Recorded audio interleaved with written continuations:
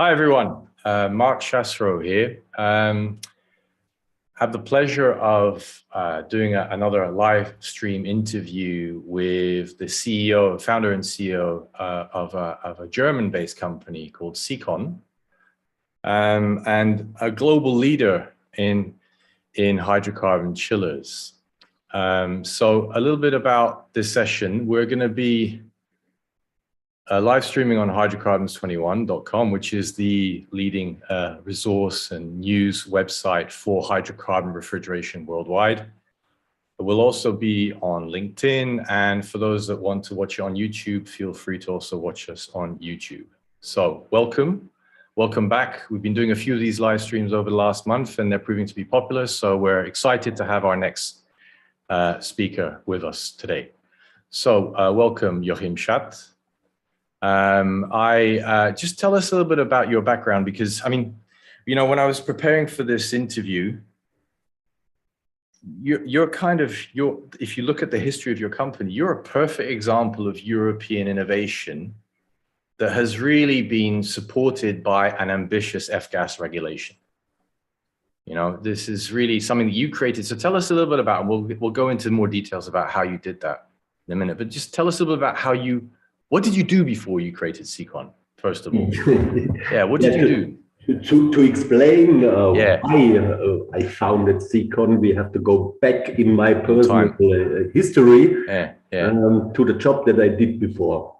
I was responsible for the, let's say, construction, real estate, and building technology part in a big retailer company.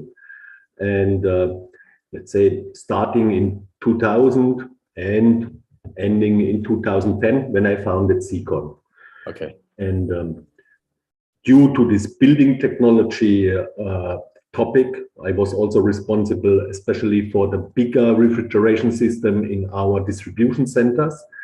And when I started, I found a mixture of 404A systems, direct expansion, and also R22 old systems, you know. And the first time that I really make a mind about refrigerants was due to this substitution of the R22 units. Okay. Plants. And let's say that the obvious approach will be to substitute it by R404A plants.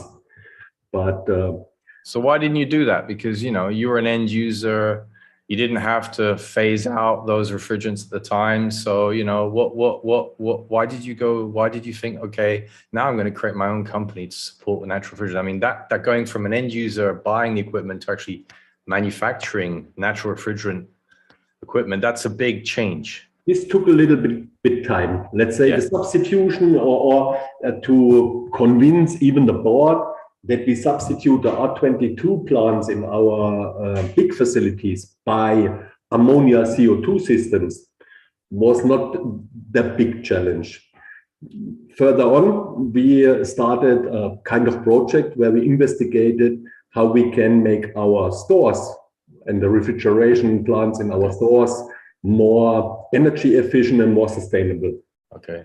And in this process, we made many test jobs with the first, let's say, first generation transcritical CO2 systems. Okay. But there the energy of efficiency wasn't that good. And therefore we investigated further, and for me was very quickly clear that hydrocarbons in an indirect system can be a really good solution in terms of efficiency. Okay.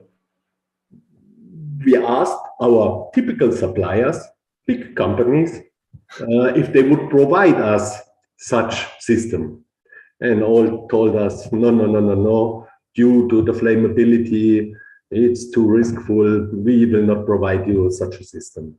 And then I had to look for smaller companies that were willing to build, you know, such customized units, solutions.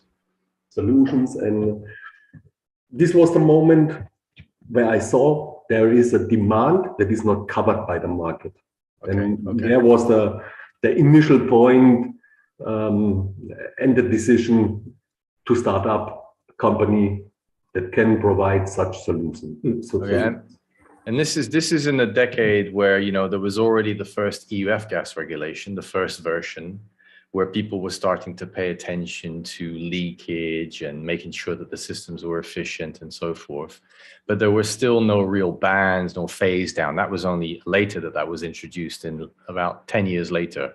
So around 2014, 2015 timeframe. So what happened in that period when you decided, okay, I'm going to create my own company because I see there's a market opportunity here. As an entrepreneur, you thought, okay, I'm going to seize this opportunity. But you probably were a niche player for the first few years, right? You're probably barely noticeable, I would guess, at the very beginning, right? And then hopefully something changed for you. Would that be a true interpretation of what happened?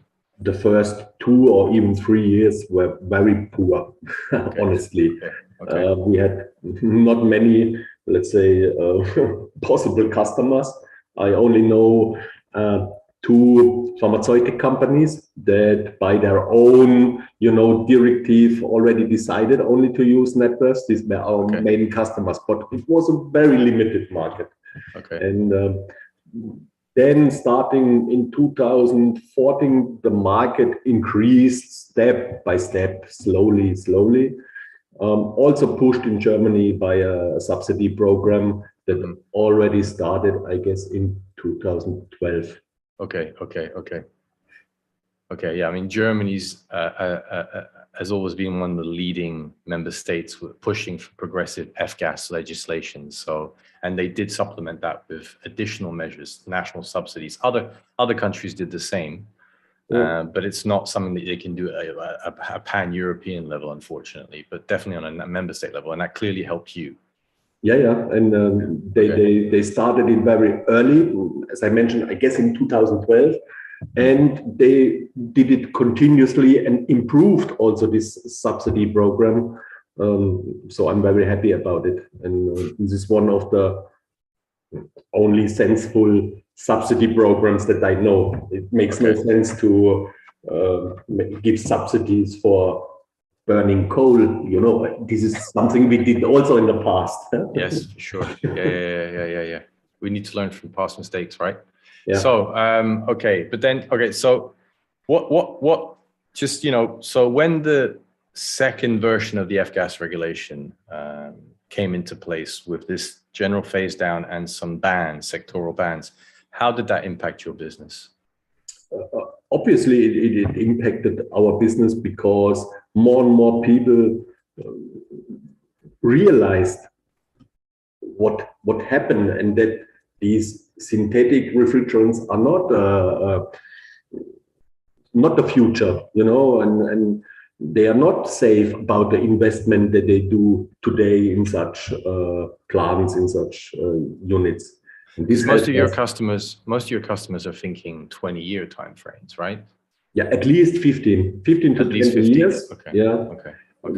It may be in the typical chiller market. I know we will talk later also about air conditioning.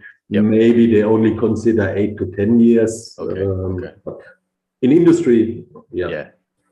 So clearly the growth has been there. You seized the opportunity, you saw there was an opportunity, and it's been growing consistently now. And you're quite ambitious about the future, I would guess, right? You see a lot of opportunity. Yeah, and I found no innovators. You know, in the moment where I asked many companies, many people, and no one was really willing to follow this approach with the flammable refrigerants, I only found, how do you call it, prejudges. Yeah, so people had already assumed that it wouldn't work because it's flammable and it's dangerous. They would, the usual negative messaging around hydrocarbons. Yeah, but so they'd already any technical argumentation, you know, pure prejudges. Okay, so you've got thick skin now. You've dealt with a lot of criticism over the last decade, right? And you're still feeling confident. Yeah. Okay. I feel good with this, what I'm doing day by day, and this also carries me a little bit. Yeah. Okay, that's important. Yes. And I think your customers will see that and feel that when they deal with you. So tell us a little about the SECON business today. What is your main business today? Our main business are liquid coolers, chillers. Okay. air-cooled, water-cooled. So tell us a little bit about the basics of chillers for the people that are not technically minded that are watching this live stream. A chiller is a typical so-called indirect system. Mm-hmm. That means we have a closed refrigerant cycle and we cool down a so-called secondary medium. What is a water glycol mixture, pure water, thermal oil, any kind of liquid. We cool down from one level on a lower level. Okay. And these machines need to release, let's say, also the heat. Yep. And therefore you have the possibility to give it directly to the air by so-called air-cooled units, or you have a cooling water circuit provided by dry coolers, cooling towers, ground source water, river water, anyhow, where you can release the waste heat. Or much better, you have the possibility to pick up this waste heat and use it. Yes, yes. And more companies are thinking that way, right? Including yours. And this leads to really super total energy efficiency if you can use this part of the process also. Okay. And your customers are conscious of the opportunity of recovering that waste heat, right? Yeah, you must always look on the project, on the possibilities inside of the project. It's not always possible to use the waste heat in a sensible way, but anyhow, it's always a point that we consider and that we check during this process.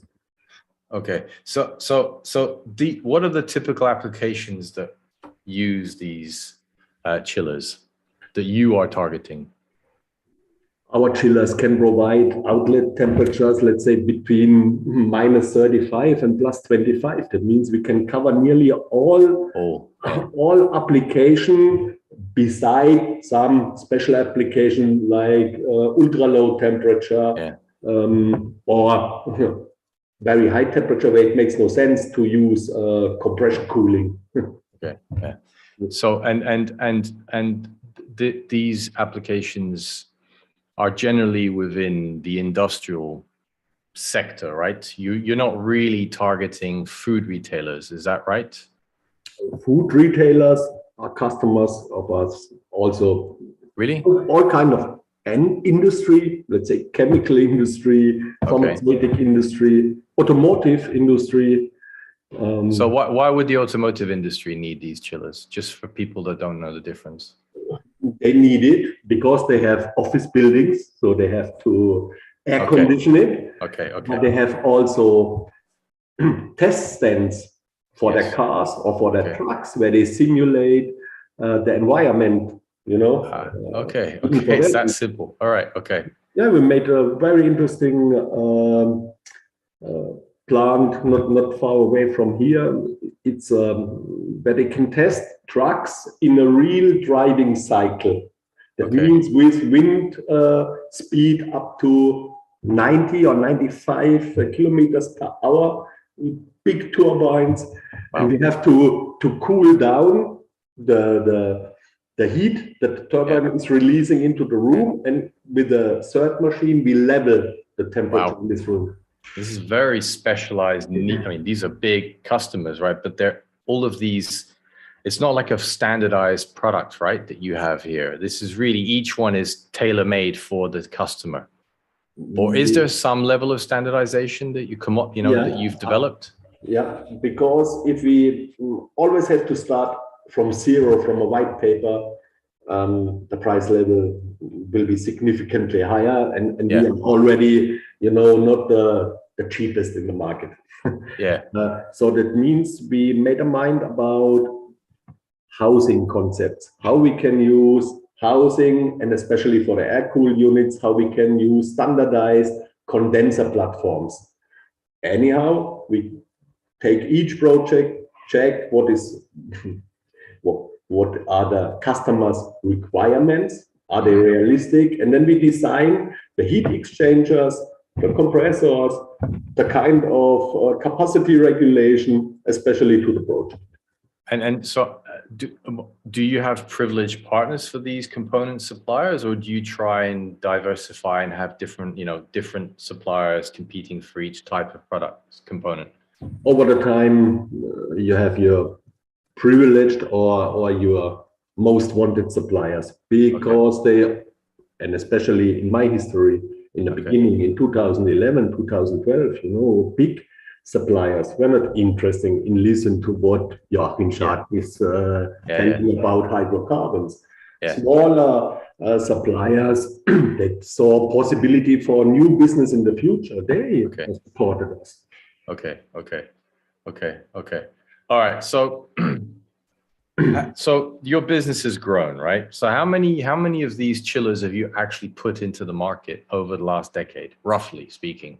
I cannot tell you exactly, but it's something between 1,200 and 1,300 units, all sizes. That means from 5 kilowatt cooling capacity up to 1.2 megawatt cooling 1.2 megawatts. These are our biggest air-cooled screw chillers. Yeah. Okay.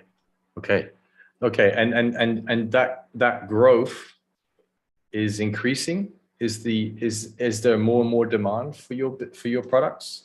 Are you starting to really see that you're now at the point where things are going to take off, or it's still too much of a niche?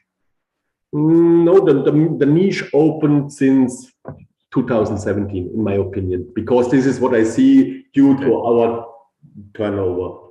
That means between 2012 and 2017, we had a very stable niche market situation. It was also comfortable, but it was limited. It was limited by turnover, and it was also limited by participants in this market, especially on the manufacturer side. And you sell these chillers essentially across Europe, or are you focusing on the German-speaking part of Europe? Yeah, because we do also after-sales service and a complete lifetime service. We are focused on the German-speaking market, which means we talk about Germany, Switzerland, Austria, and surrounding areas. So, it's from here, it's 50 kilometers to Alsace in France. So this is for me closer than Hamburg. Okay. So that's a good point. So you see the potential to develop this across Europe, and you're not the only propane chiller manufacturer in Europe, right? There are others that are competing in this market. So there are others, and there are more and more joining. Yes, exactly. Even manufacturers that did not touch this issue for a long time. Exactly. So that you really start to see that there's more and more competition now, more and more options out there. So, but that should, but also hopefully the cake is getting larger for you as well, because the demand from the end users is there, and it will only be reinforced with stricter legislation going forward. Do you see yourself one day selling or promoting propane chillers or hydrocarbon chillers, because you have a variety of different hydrocarbons in your portfolio?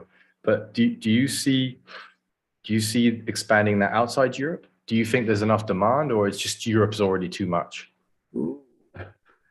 For us and our size of today, Europe is already more than enough. But anyhow, we want to grow the business, and we get inquiries even from Australia, New Zealand. The problem for us is only we cannot cover the after-sales service directly. So we need partners that we have to train and to get know in our system, and then we can start such business also overseas. Okay. Considering it's much easier if a country has a very similar normative situation like in Europe, what is given, for example, in Australia and New Zealand, and it's more complicated in the US, for example, and with the codes in each state makes it much more complicated. Okay.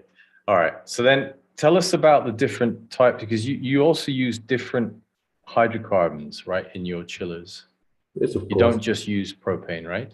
No, propane is the most common one because it has a really wide application range. You can have evaporation temperatures between -40 up to plus 20, 25. Anyhow, especially for medium temperature applications, we also use propylene R1270 because it has a higher volumetric capacity than propane and is even a little bit more efficient at lower evaporation temperatures. Okay. This is our second hydrocarbon, and now more and more coming so-called booster heat pumps, where we have a waste heat source on a low level, let's say 20 degree, 25 degree, which we lift with these isobutane units up on a level of plus 65 to plus 85. Okay. It's a part of decarbonization in the heating sector. Yeah, which is we just published a report yesterday actually on domestic heat pumps and how there's an opportunity to really accelerate that in Europe, and the vast majority of manufacturers we spoke with are developing propane systems. That's everyone. The assumption is that domestic market, when it comes for heat pumps, will go to propane. It's the most suitable refrigerant for this application. So hopefully you'll have time to read that report one day. But I downloaded it already. Okay, great. Sometime on a flight then, when you're flying somewhere. All right.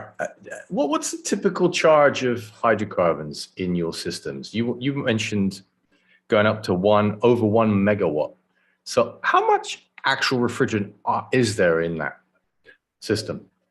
In these big chillers, we have a charge of close to 50 kilograms per circuit. It has 2 circuits and each has around 50 kilogram of propane inside. 50. 50. Okay, so 2 separate circuits of 50 kg. Okay.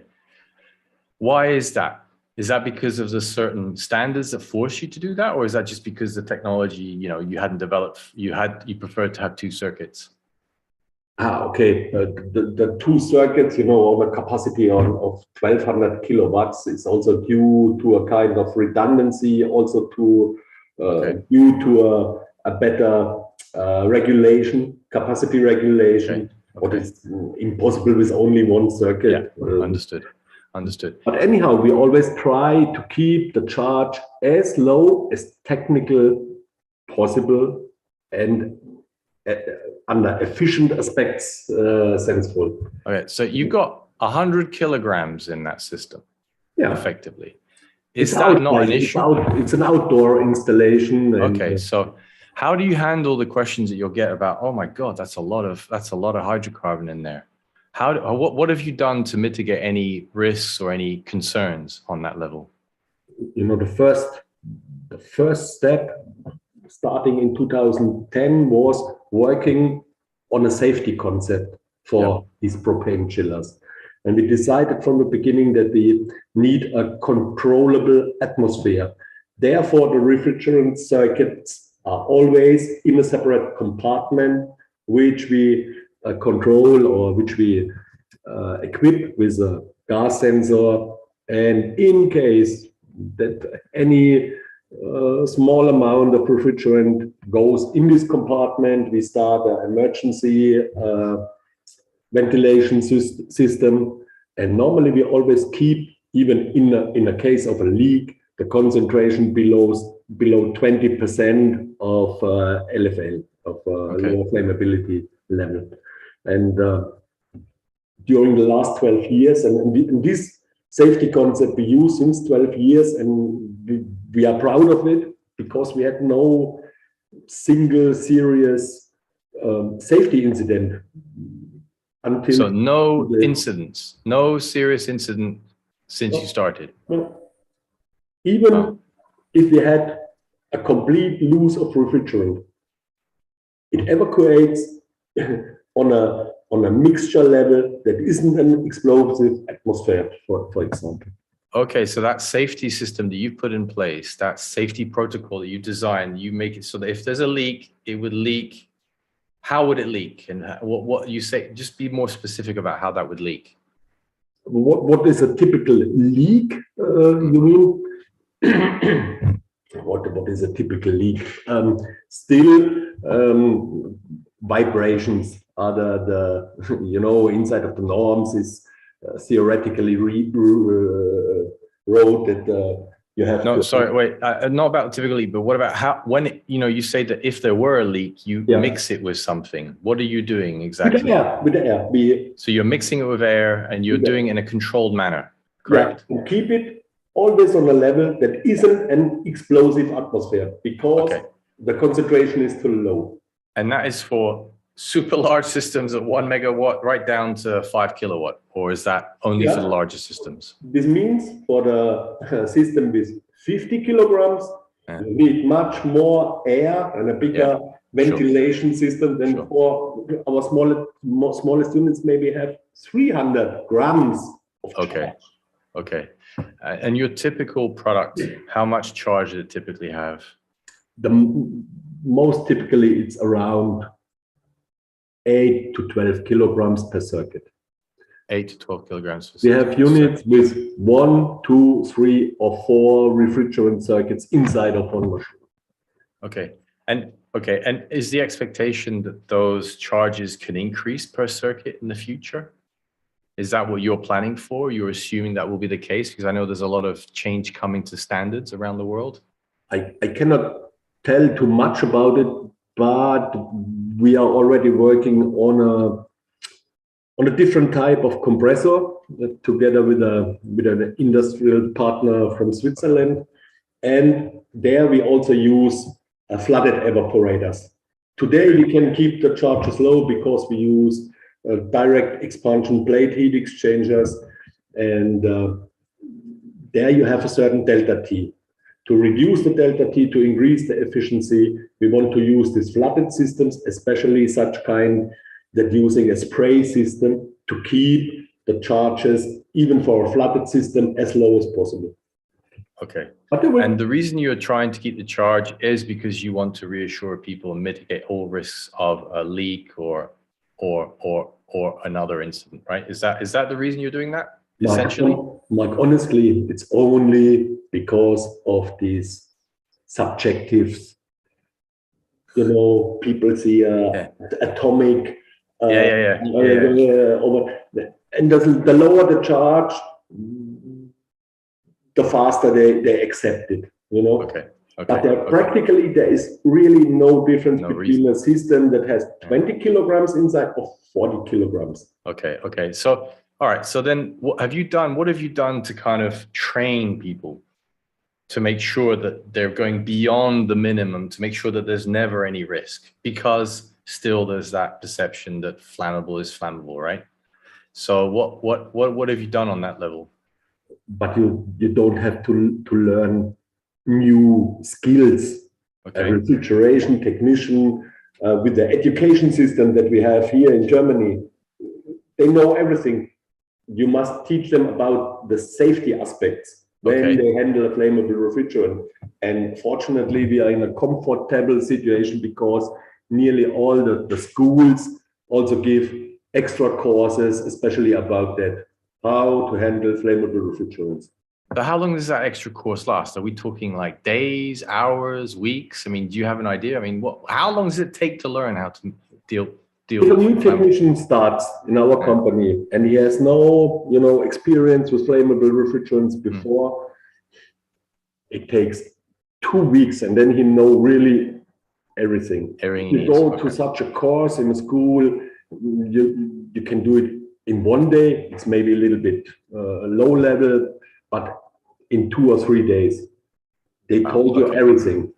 Okay. Then it's about applying it. Yeah. Okay. All right. Okay. So,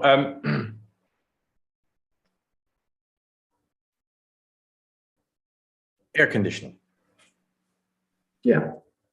Why aren't we having propane chillers in all these commercial buildings and office buildings to cool people.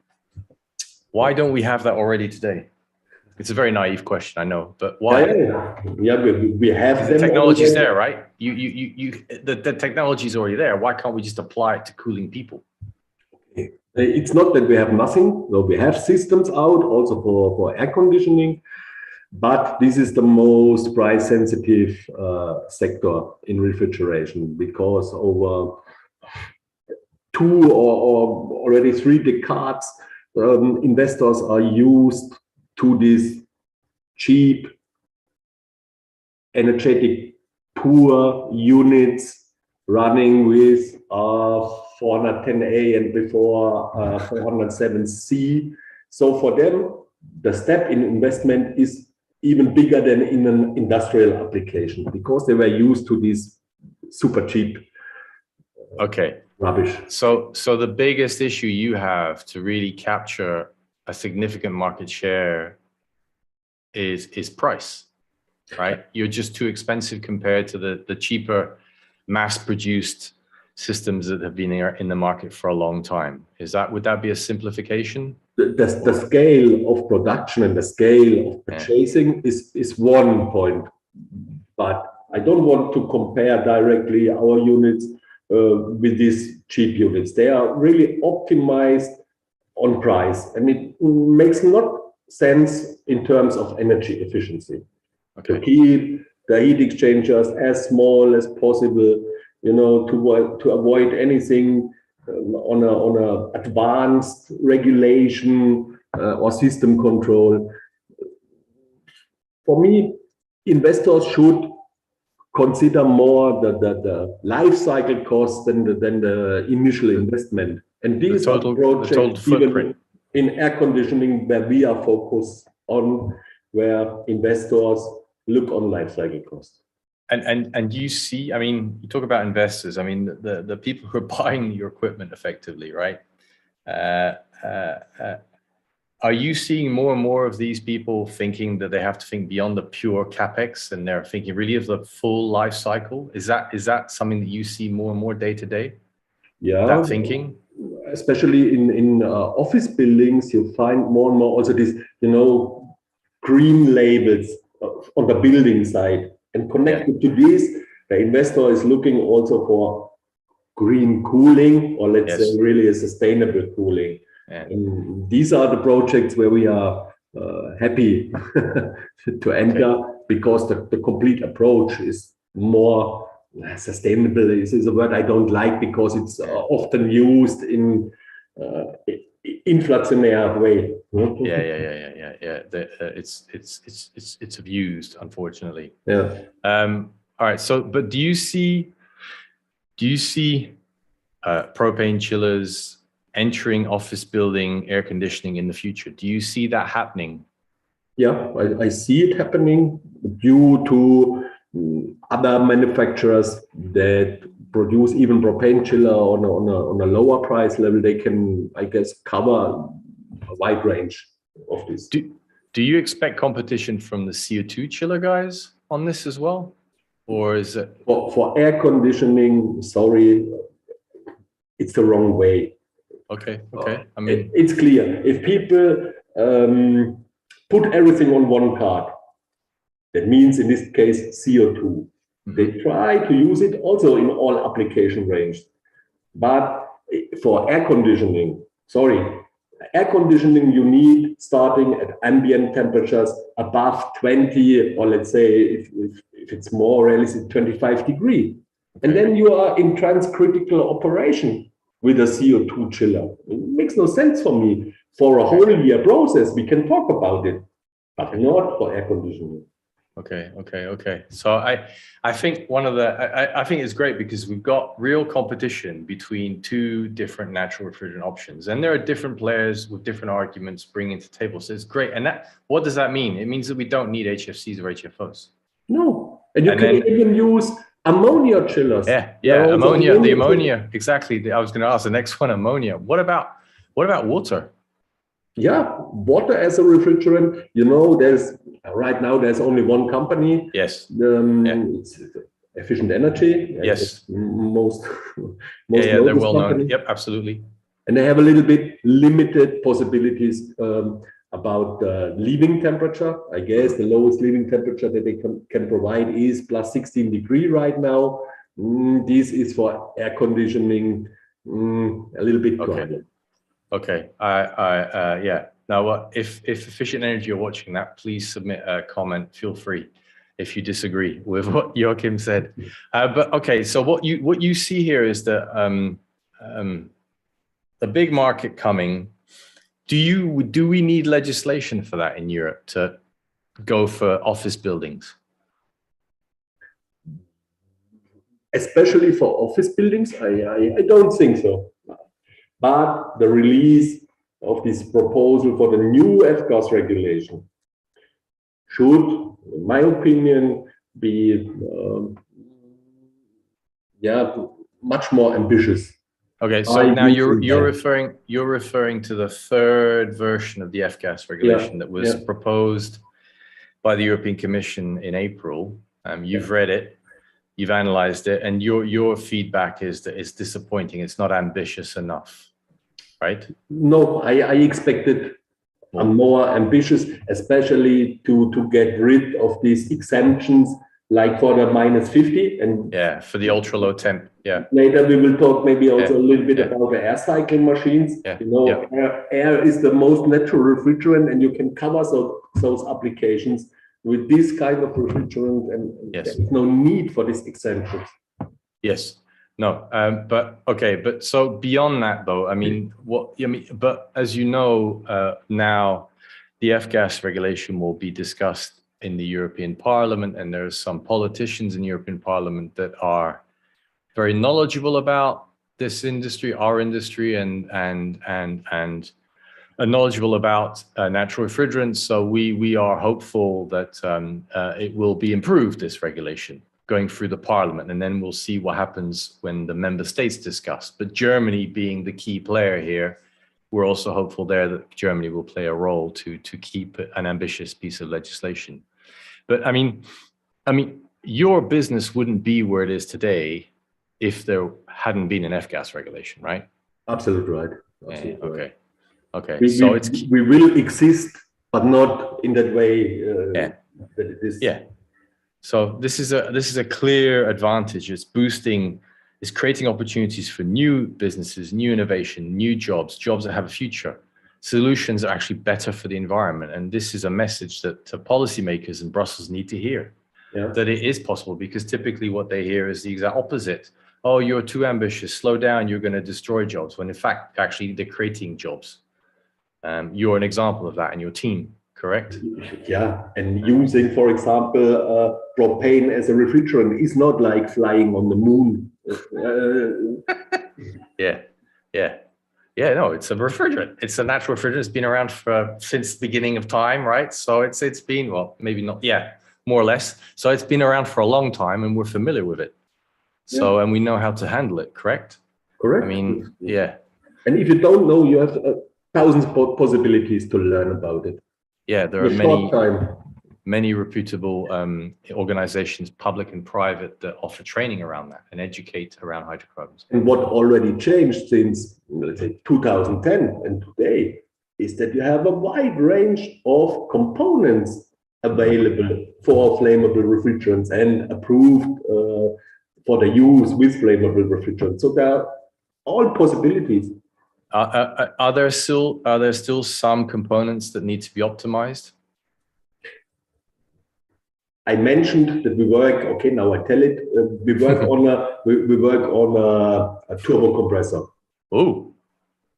We use it with propane because this is the. So my understanding of turbo compressor is oil-free, right? Oil-free. Oil-free compressor for propane. Yeah. The prototype is already running on our system. The P that we achieved, that the pressure ratio is still too low, but we can improve this. And this, we hope in 2 years we have a ready to use a solution for this. That's great. That's great. Okay. that'll be a big news for Chillventer in 2024, right? Yeah, for this, due to this, to all this situation with purchasing components, long delivery times, even costs us some months in our project. So the initial plan was to release a first, let's say, prototype this year on the Chillventer, but it was not possible under these circumstances. Okay. All right. So, what's your take on these new synthetic refrigerants, commonly known as HFOs? I mean, you're German. You're reading all the latest reports that are coming out from the Environment Agency, the UBA, and you read the press. You go to all the conferences. You're highly knowledgeable on this. What do you think about HFOs? Are they a risk? No, they are disaster. Absolutely disaster. Okay. And why are they a disaster? We do the same failure the third time. That means we substituted R22 by HFCs, and now we start with the HFOs. Okay, they have on the paper they have a low GWP, but this is only one side of the medal. But the dark side of the medal is the release of TFA. Okay. Or what is not proven today, but I guess it's true, that some of these refrigerants release also R23, high GWP. Okay, so that's you're referring to a specific HFO, ZE, right? That would decompose. ZE, yeah. But on the other hand, YF is releasing a huge amount of TFA. Yeah, no, it's interesting you say this because the ZE one breaking down into R23. This study that was coming out of Australia that wasn't peer reviewed, correct? Yeah. But then just a couple of weeks ago, we spotted another report coming out saying, oh, that was not true. And then we actually downloaded the report and we just saw that this study that was criticizing the original Australian study was actually sponsored by Chemours. Huh. So, come on, people must do people really think we're stupid? Do people think the end users are stupid? I mean, this is ridiculous. I think but again, this is we live in a world of mass misinformation. Okay, so it is a tricky world to work in. But going back to the facts part, there are several countries, including Germany, that are trying to apply use restrictions to HFOs in Europe through the REACH part of EU legislation to complement what's going on F-gases. Do you see this as a serious threat to HFOs? I hope the HFOs, or let's say TFA, will be implemented in the REACH regulation. Because what is the problem with this TFA? It is dangerous because it's polluting our drinking water. The drinking water is already the most important resource on this planet, and it's getting less and less, and this we pollute. It's only a few big companies make a huge profit. It's really just very short-minded and very it's really for just a few companies. And who will pay I'm guessing the majority. Sorry, go ahead. Yeah, and who will pay the bill? Huh? What happened by polluting the drinking water? Maybe in Europe, because there is in principle the polluter pays principle in Europe. So in theory, the manufacturers, the chemical refrigerant manufacturers, would pay for this, and we know that they have huge budgets ready for this for all the lawsuits. So they've already done that in the US, and they probably put some money aside for lawsuits in Europe. But still, come on. It's peanuts for them. Yeah. So, okay. So in the end, right, whether these refrigerants stay or not, you're going to have to convince customers that propane chillers are the way forward. And what are you working on in the next few years apart from the turbo compressor? Basically, what are you working on beyond that to really just make that really a core business and a core option in the future? You know, as I founded the company with a pure commitment only to use natural refrigerants, I have not to redefine anything in the company. And I don't know how it is earning money with other refrigerant systems, you know. Therefore, I will follow the path that I started in 2010. But you see opportunities to improve the performance each time, right? Yeah, there's always room for improvement. And especially we, as we are not focused on, you know, low budget solutions, we call our chillers premium chillers because we build it in a different way. We always take as small as possible delta T's on the heat exchangers to have a good efficiency. And there is room for improvement, like having flooded evaporators. Okay, then we have higher charges to the direct expansion plate evaporators.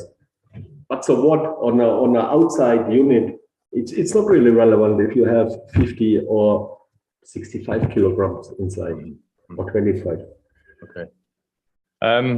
One last thing, you talked about a partnership that you've developed with Mirai Intex, right? Yeah. Tell us a little bit about that, because you see that the ultra low temp, there's a need to service that market with the solutions that you've worked with over Mirai Intex. So maybe you could just tell us a little bit about that partnership. Yeah, it started around 5 years ago, where we looked around for solutions with natural refrigerants below -50 degrees. Okay, as we handle hydrocarbons, the most obvious solution will be building a cascade system, propane or propylene with ethane. Okay, but you have also a limit on, let's say, -80 degrees. And we get know about this company from Czech Republic that is building air cycling machines. And we visit them, had a look, and we were very impressed about the technologies. Also, all oil-free turbo expander devices. This is the core technology of these units.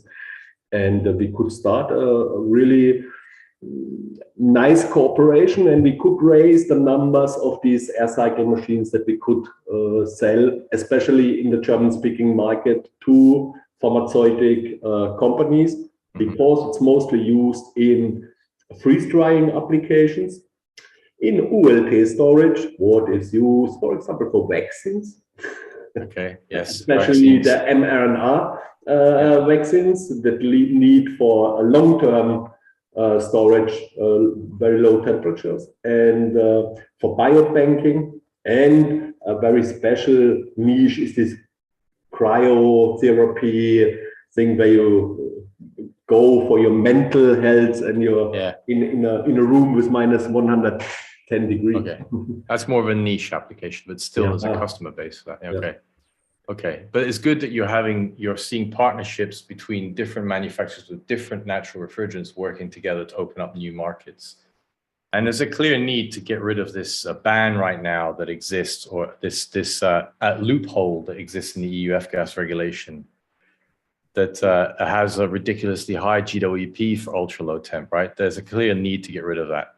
Yeah, that's something that the Parliament needs to pay attention to and beyond. And you can imagine a company like Mirai invested a lot of money to develop this solution. It's obviously frustrating. If you but the same solution. But the same could be said of the synthetic refrigerants. They've invested billions. They want to make their money, right, from their investments. The problem is that the stuff that they're putting into the atmosphere is not exactly safe. Yeah, and they can tell me what they want. They know exactly what they are doing. Yeah, absolutely. They're very smart. So, okay. So Yeah, no, I think very interesting. I've enjoyed this conversation. I hope that people watching this will also refer to it in the future in terms of a source of information around chillers, propane chillers, other hydrocarbon chillers, and the potential for market expansion in Europe and beyond from one of the market leaders. So kudos to Joachim for being an entrepreneur and having the courage to, being crazy enough to try. Let's just say that you were crazy enough to try, right? And we wish you all the best and success, right? Yeah. I thank you, and we are fighting on the same same line. Absolutely, we exist to support what you're doing, so we're happy that you're successful with your products in the marketplace. That's great. And there's so much potential still to take. We're only at the very beginning of this transition, so keep it up. And the more ambitious the legislation, the better it will be for your business. I understand. This is now an important step. What happens with this third release of F-gas regulation? That it is not under ambition. No, because. Because the rest of the world is watching what Europe is doing, because it's still seen as the gold standard. There are other regions that are looking to do worse and more advanced than the F-gas regulation, but still, for the biggest market, Europe is still seen as the innovator here. So it's good to keep that up, and it will only help. Europe's chance to survive economically is to go ahead, to be an innovator, technical innovator. We cannot compete by price, working price, and absolutely, we have to be innovative. Yes. Agreed. Okay. All right, then I think this is a good moment to thank Joachim. Thank you for taking the time. I thank you, Mike. And then you'll be getting questions on YouTube and on LinkedIn and so on. So don't worry about that. Okay. Yeah. All right. Thanks a lot, and thank you very much, and see you soon. It's always a pleasure to talk with you about natural refrigerants. Bye. Have a good day.